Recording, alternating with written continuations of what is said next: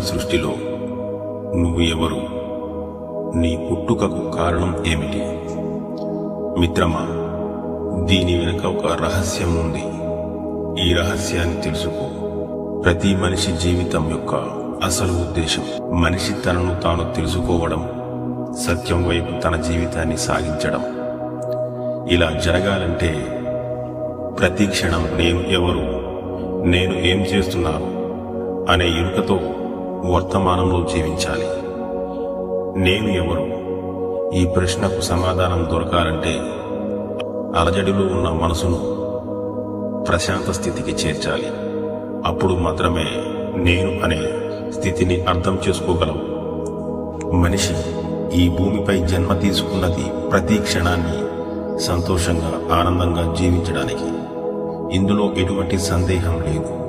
కానీ మనిషి ఎన్నో రకాల గుర్తులను తనకు ఆపాదించుకుంటూ అదే నేను అని భావిస్తూ ఒక భ్రమలో జీవిస్తున్నాడు.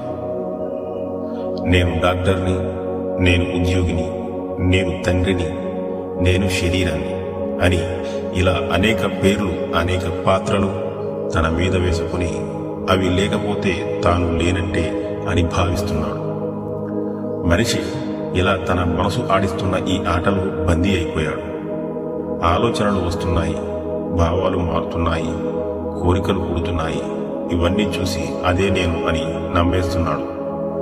మనసు దానికి నచ్చినట్టు ఒక కథ చెబుతుంది. ఇదే నేను, నేను ఇంతే, నేను గొప్పవాడిని, నేను ఏమీ చేతకాని వాడిని అని భ్రమింపచేస్తుంది. ఇవి కేవలం కథలు మాత్రమే.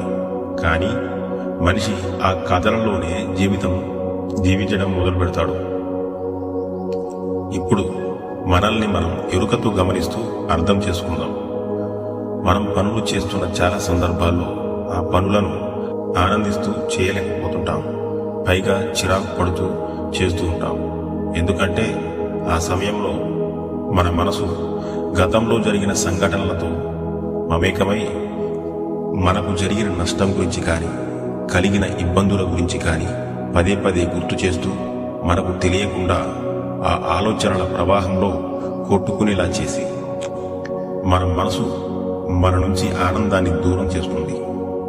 ఇలా మన జీవితంలో ప్రతిరోజు అనేక విషయాలలో, అనేక సందర్భాలలో మన మనసు మనల్ని మభ్యపెట్టి భయాలకు, ఆందోళనలకు, బాధలకు గురి చేస్తుంది.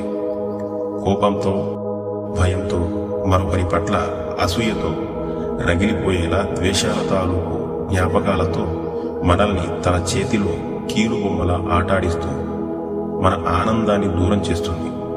ఇలా చెప్పుకుంటూ పోతే ఎన్నో లెక్కలేనన్ని అంతు చిక్కని విషయాలతో మన జీవితంలో ఆనందాన్ని మనసు దూరం చేస్తుంది. గుర్తించు మిత్రమా, సరికాని మనసు, దాని యొక్క ప్రభావం మనకు ఏ విధంగా ఉంటుందో. ఒక చిన్న ఉదాహరణ. నువ్వు కోపంగా ఉన్నప్పుడు నేను కోపంగా ఉన్నాను అంటావు. కానీ నిజంగా కోపం నువ్వా?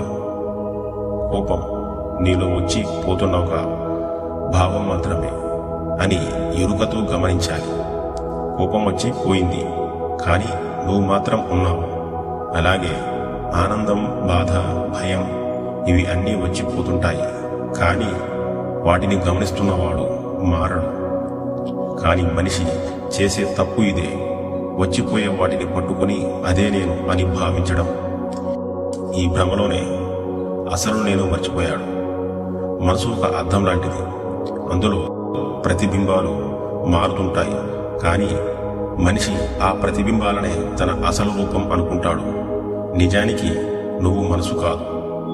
మనసు నుండి వస్తున్న ఆలోచనలు నువ్వు కాదు. ఆ ఆలోచనల యొక్క భావం నువ్వు కాదు. నువ్వు ఈ అన్నింటినీ గమనిస్తున్న సాక్షి. మనసు ఆటను గమనించడం మొదలుపెట్టినప్పుడు బంధనం తగ్గుతుంది, గమనించే శక్తి పెరుగుతుంది, సత్యం కనిపిస్తుంది. నువ్వు ఇంకా మనసు కథలోనే ఉన్నావా?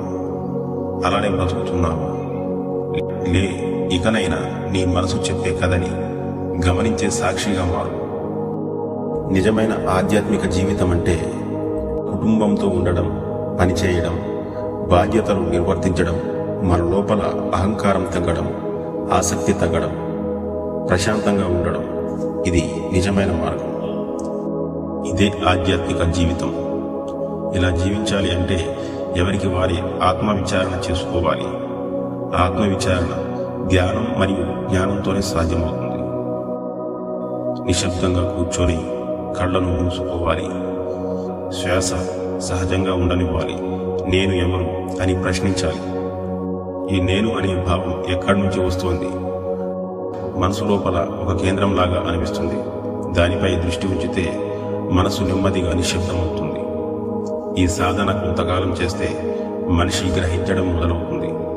నేను శరీరం కాదు, ఆలోచన కాదు, మనసు కాదు అని, నేను గమనించే సాక్షి చైతన్యమని తెలుసుకుంటాడు. ఈ వీడియో మీకు నచ్చినట్లయితే లైక్ చేయండి. మీ ద్వారా మరికొంతమందికి ఆధ్యాత్మిక జ్ఞానాన్ని అందించబడుతుంది. మరిన్ని ఆధ్యాత్మిక వీడియోల కోసం మన అహం బ్రహ్మస్మి ఛానల్ సబ్స్క్రైబ్ చేయండి. పక్కనే ఉన్న బెల్ ఐకాన్ నొక్కండి. మన ఛానల్ ద్వారా వచ్చే వీడియో నోటిఫికేషన్ మీకు వస్తుంది. మీ అభిప్రాయాలను కామెంట్స్ రూపంలో తెలియచేయండి. అహం బ్రహ్మస్మి. జై హింద్.